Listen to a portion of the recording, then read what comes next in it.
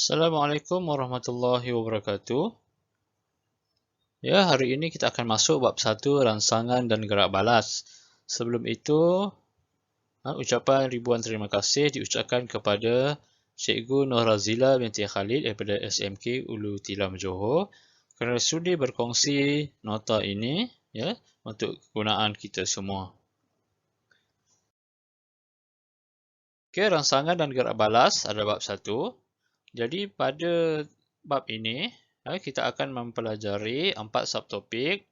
1.1 Sistem saraf manusia, 1.2 Rangsangan dan gerak balas dalam manusia, 1.3 Rangsangan gerak balas dalam tumbuhan dan 1.4 Kepentingan gerak balas terhadap rangsangan dalam haiwan lain. Okay, jadi sebelum tu, kita tengok dulu apa itu rangsangan dan gerak balas. Ya, rangsangan ini adalah suatu rasa yang timbul apabila dirangsang.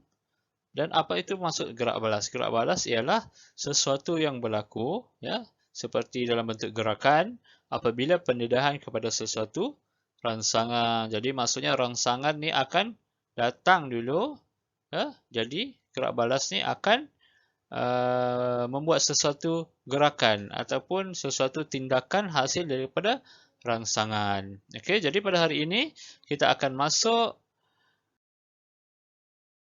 di bab 1.1 Sistem Saraf Manusia.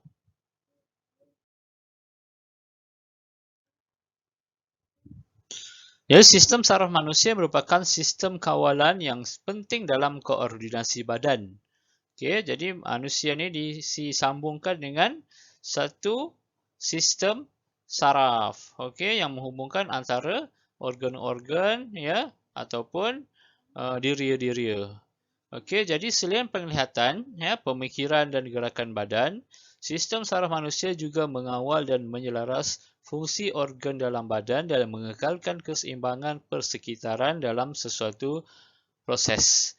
Maksud kat sini ya, semua diri kita dihubungkan dengan sistem saraf. Sistem saraf sebenarnya yang mengawal. Jadi maksudnya penglihatan. Kalau dari segi penglihatan, maksudnya jika seseorang itu mempunyai masalah saraf di bahagian mata dia, ya mungkin penglihatan dia kurang normal. Sama juga pemikiran, ya, di otak, ya. Kalau saraf di otak mengalami masalah, mungkin seorang itu akan jadi tak dapat mikir dengan betul. Mungkin jadi orang kurang siuman. Okey, pergerakan badan, ya. Sistem saraf pada pergerakan badan kita dia tak dapat dikawal. Mungkin dia akan jadi lumpuh. Sama juga dengan organ dalaman dalam badan, ya, seperti jantung, ya, pernafasan dan lain-lain. Okey, seterusnya kita tengok pada struktur sistem saraf manusia. Jadi struktur sistem saraf manusia terbahagi kepada dua, iaitu sistem saraf pusat dan sistem saraf periferi. Okey, kalau dalam buku teks, ya, kamu boleh rujuk muka surat 4. Okey, jadi kita pergi yang pertama, ya, sistem saraf pusat. Sistem saraf pusat dibahagi kepada dua, ya, iaitu otak dan juga saraf tunjang. Ya. Kalau kamu tengok pada gambar rajah itu, ya, sistem saraf pusat ni berada di tengah-tengah. Ya. Otak di atas dan juga pergi ke bawah dia di saraf tunjang. Okey, jadi yang kedua adalah sistem saraf periferi. Ia dibahagi kepada dua, iaitu sistem kranium dan sistem saraf spina. Okey, jadi kat sini ada maklumat bahawa ya, sistem saraf periferi terdiri daripada 12 pasang saraf kranium yang menghubungkan otak dengan organ diria dari organ dalaman dan organ dalaman. Okey, selain pada itu, 31 pasang saraf spina yang menghubungkan saraf tunjang dengan otot rangka.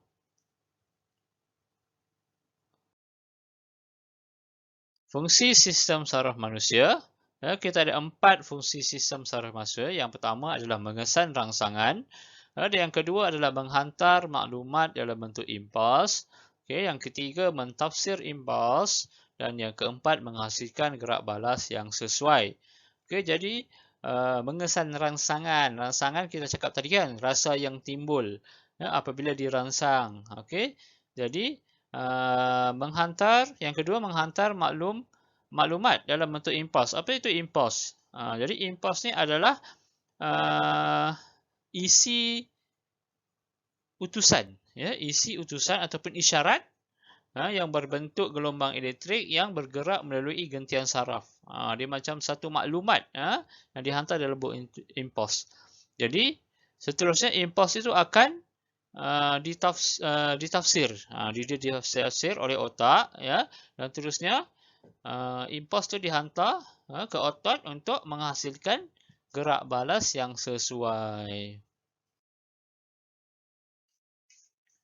Okey, jadi gerak balas dalam sistem manusia terhadap rangsangan boleh dibahagikan kepada tindakan terkawal dan tindakan luar kawal. Okey. Jadi apa itu tindakan terkawal? Tindakan terkawal ialah tindakan yang disedari dan dilakukan mengikut kehendak seseorang. Maksudnya kita boleh mengawal tindakan terkawal ini. Apa contoh tindakan terkawal? Tindakan terkawal ni seperti membaca, menulis, bercakap, makan, minum, berjalan, berlari dan bersenam. Sebab tindakan ni dia boleh kawal dengan otak. Okay? Kalau kita tengok gambar di sini, bersenam, makan, bercakap, membaca, menulis, semua itu adalah boleh dikawal dengan otak. Maksudnya seseorang manusia itu boleh memilih sama ada dia nak bersenam ataupun tak, dia makan ataupun tak. Bukannya tiba-tiba dia bangun pagi, dia mesti bersenam, automatik dia bersenam, tak kan? Maksudnya dia fikirkan melalui otak sama ada dia nak buat benda tu ataupun tak. Membaca buku, kamu sendiri tentukan kamu nak baca buku ataupun tidak, nak buku sekejap ataupun lama. Semua itu dikawal oleh otak. Yang ini seterusnya adalah urutan aliran impuls dalam tindakan terkawal. Tadi kan impuls tu dikatakan isyarat kan, sesuatu isyarat. Macam mana isyarat tu dihantar? Okey. Jadi yang pertama, contoh di sini menunjukkan ada sebuah telefon yang berbunyi. Berbunyi itu maksudnya itu adalah rangsangan. Kita boleh mendengar. Seterusnya apa yang bunyi didengar oleh telinga. Jadi telinga ada reseptor ataupun kita panggil sebagai effector. Effector dalam telinga mengesan bunyi. Jadi telinga tu menghantar dalam bentuk impuls saraf ke otak. Jadi otak yang tafsirkan bahawa bunyi yang kamu dengar tu adalah bunyi nanda dering telefon bimbit. Okey, jadi otak mentafsir. Setelah otak mentafsir, impuls saraf tu dihantar isyarat dia ke effector. Effector adalah otot ataupun kelenjar. Jadi isyarat tu dihantar ke otot. Seterusnya kamu melakukan gerak balas. Maksudnya otak mentafsir, dihantar impuls tu ke otot. Otot kamu, tangan kamu akan bergerak balas untuk mengambil handset itu ataupun menekan handset itu, menyentuh skrin handset itu. Okey, tetapi tak semestinya gerak balas yang dihasilkan adalah kamu mengambil telefon. Tak semestinya. Jika gerak balas jika otak yang mentafsir itu menyuruh kamu ataupun kamu berfikir untuk tidak mengangkat telefon, maksudnya kamu tak menghasilkan gerak balas yang dihasilkan kamu adalah tidak berbuat apa-apa. Jadi sebab itulah ini dipanggil ataupun diberi contoh sebagai tindakan yang terkawal. Maksudnya kamu boleh melakukannya dengan berfikir terlebih dahulu dengan otak. Sebab tu impuls dia dihantar ke otak dulu, barulah otak dan gerak balas akan terhasil. Okey, seterusnya apa itu tindakan luar kawal? Tindakan luar kawal ialah tindakan yang berlaku secara serta-merta tanpa disedari atau difikirkan terlebih dahulu. Okey, ada tak Ada yang tak yang kamu rasa bahawa dalam kehidupan ini ada yang kita tak fikir dulu sebelum kita buat. Okey. Jadi tindakan luar kawal terbahagi kepada dua kumpulan. Okey.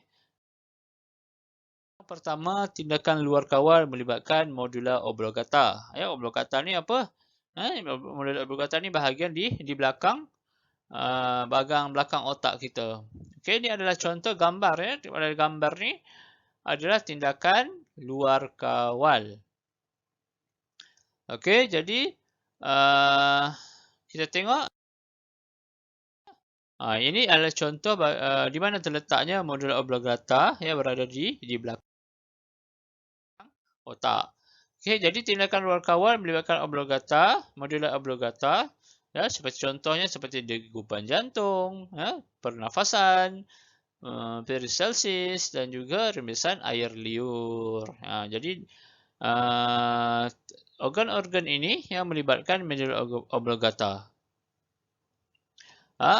Degupan jantung. Jantung ni dia berdenyut secara sendiri. Dia mengepam secara sendiri di luar kawalan kamu. Kamu tak ada kekuasaan untuk berfikir dan mengawal jantung kamu. Dia bergerak secara automatik, secara luar kawal. Okey, pernafasan. Ya, kita tak boleh hentikan nafas kita dengan otak. Sebab kita sentiasa bernafas secara semula jadi, secara automatik, secara luar kawal. Ya, tak ada orang yang bernafas, dia kena fikir untuk nafas baru dia tak bernafas. Okey. Yang ketiga tu apa? Peristalsis. Apa maksud peristalsis?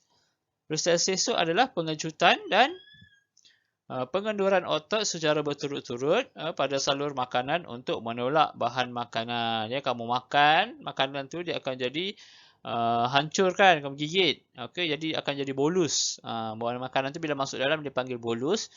Bolus yang masuk ke dalam itu adalah proses peristalsis. Ya, dia mengembang dan mengecut dan untuk ditolak makanan ke dalam. Ya, ke dalam khususnya ke perut kamu. Okey. Dan rembesan air liur. Air liur kita juga di luar kawalan kita. Tetapi ya, dalam fakta sains, air liur kita ni sebenarnya menghasilkan 1 botol. Kita sebenarnya menghasilkan 1 botol air liur dalam masa sehari. Banyak air liur kita hasilkan dalam masa sehari. Kita kumpul-kumpul tu dapat 1 botol. Ataupun lebih kurang 1 ke 2 liter. Okey, bergantung kepada pola makanan, ya, psikologi dan juga penyakit. Okey, jadi situasi ada situasi yang menyebabkan air liur kita banyak. Ada situasi yang menyebabkan air liur kita sikit. Contohnya kita berasa gugup. Kita berasa gugup menyebabkan air liur kita kurang. Okey. Kalau kita makan pedas, dia menyebabkan air liur kita menjadi banyak.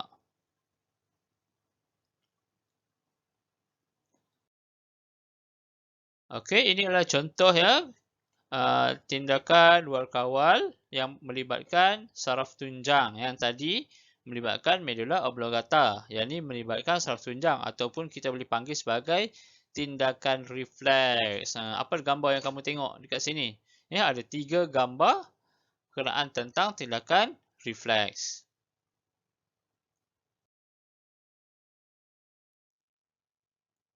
Okey, tindakan luar kawal ya melibatkan saraf tunjang.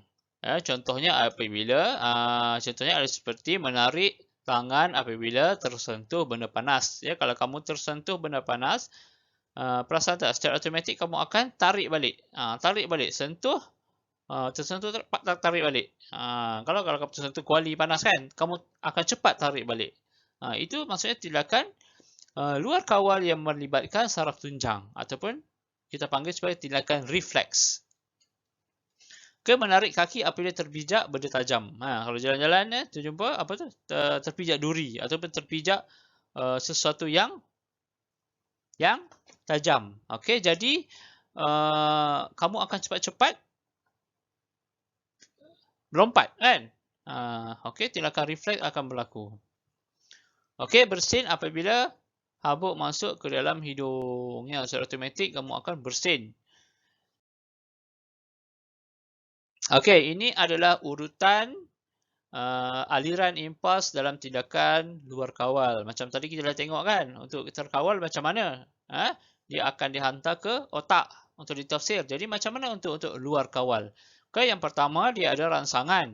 Okey, rangsangan contoh tadi objek panas. Objek panas tu akan dikesan oleh gula efektor. Sama juga reseptor kat sini adalah kulit kamu kan. Kulit kamu terpegang benda panas. Jadi efektor tu adalah reseptor pada kulit. Okey, seterusnya dia akan dihantar ke saraf tunjang. Okey, saraf tunjang akan terus ke efektor ya ataupun otot, dan otot akan terus melakukan gerak balas. Dia cepat. Macam tadi dia hantar ke otak. Untuk tindakan luar kawal, tindakan refleks ni dia tak hantar ke otak, dia hantar ke saraf tunjang. Ya, terus impuls tu hantar ke efektor ataupun otot dan terus berlaku tindakan ataupun gerak balas berlaku. Cepat-cepat kamu tarik daripada tercedera. Mungkin akan tercedera sikit saja. Okey, jadi apa kepentingan rangkaian sistem saraf dalam kehidupan manusia?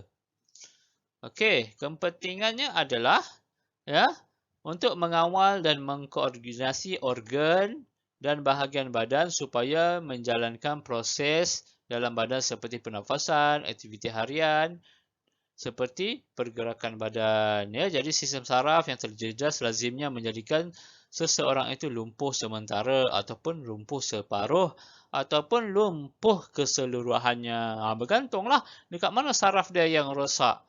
Mungkin saraf dia pada tulang belakang.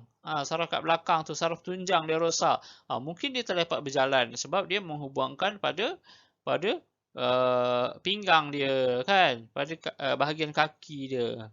Okey, atau saraf mata dia. Jadi maksudnya penglihatan dia akan sama ada kabur ataupun akan tak nampak langsung, rosak ataupun cedera. Okey, jadi pentingnya ya rangkaian sistem saraf ni dalam manusia. Okey. Jadi sebagai tambahan ya, jadi kalau kita tengok tadi, antara bahagian-bahagian yang penting adalah medulla oblongata. Kan? Medulla oblongata tadi penting bahagian tu. Sebab dia mengawal sistem saraf di bahagian, contohnya degupan jantung, ya pernafasan. Jadi kena hati-hatilah di kawasan tu. Ya, kalau bergurau dengan kawan, janganlah ketuk kepala dekat belakang ni. Kalau saraf dia rosak kat situ, maksudnya dia boleh terhenti nafas dia sebab ya saraf pernafasan ada di sini. Jantung, ya, medulla oblongata yang mengawal saraf untuk organ-organ itu. Jadi kena sentiasa berhati-hati. Okay, baik, dalam bab 1, ya, setiap subtopik cikgu akan bagi soalan. Jadi soalan itu dia ada tahap soalan dia. Tahap soalan dia menunjukkan tahap penguasaan kamu. Jadi kat sini kita tengok ada 6 tahap penguasaan. Jadi semua akan dinilai berdasarkan adakah anda mencapai tahap penguasaan yang diberikan. Contohnya 1, mengingati kembali pengetahuan dan kemahiran sains mengenai rangsangan dan gerak balas. Tahap penguasaan 2, kamu perlu memahami rangsangan dan gerak balas serta dapat menjalankan kefahaman tersebut. Dapat menjelaskan kefahaman tersebut. Yang ketiga, mengaplikasi pengetahuan mengenai rangsangan dan gerak balas untuk menerangkan kejadian atau fenomena dan melaksanakan tugasan mudah. Okey, tahap penguasaan 4, kamu kena menganalisis pengetahuan mengenai rangsangan dan gerak balas dalam konteks penyelesaian masalah mengenai kejadian atau fenomena alam.